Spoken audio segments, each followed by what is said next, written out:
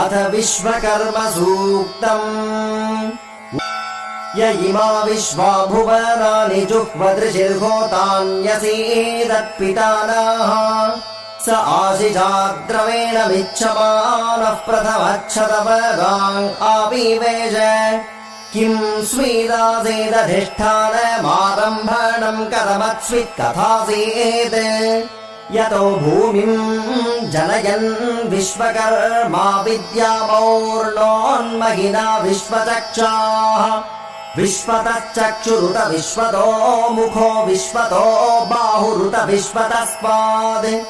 सम्बाहुभ्याम् धमति सम्पतत्रैर्द्या वा भूमी जनयन् देवयेकाः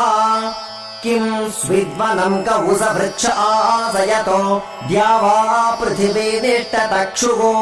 मनीषिणो मनसा पृच्छते दुतद्य दध्यतिष्ठद्भुवनानि धारयन् या ते धामानि परमाणि या वमाया मध्यमा विश्वकर्मन्नुते मा शिक्षा सखिभ्यो हविषि स्वधाव स्वयं यजस्व तन्वम् वृधानः विश्वकर्मन् हविषा वावृधार स्वयं यजस्व पृथिवीमुदद्याम् मुह्यन् त्वन्ये अभितो जनादधिगास्माकम् मघवा सूरिरस्तु वाचस्पतिम् विश्वकर्माणमूतये मनोजुवम् वाजे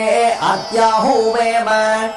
स नो विश्वानि हवनानि जोषद्विश्वशम् भूरवसे साधुकर्मा।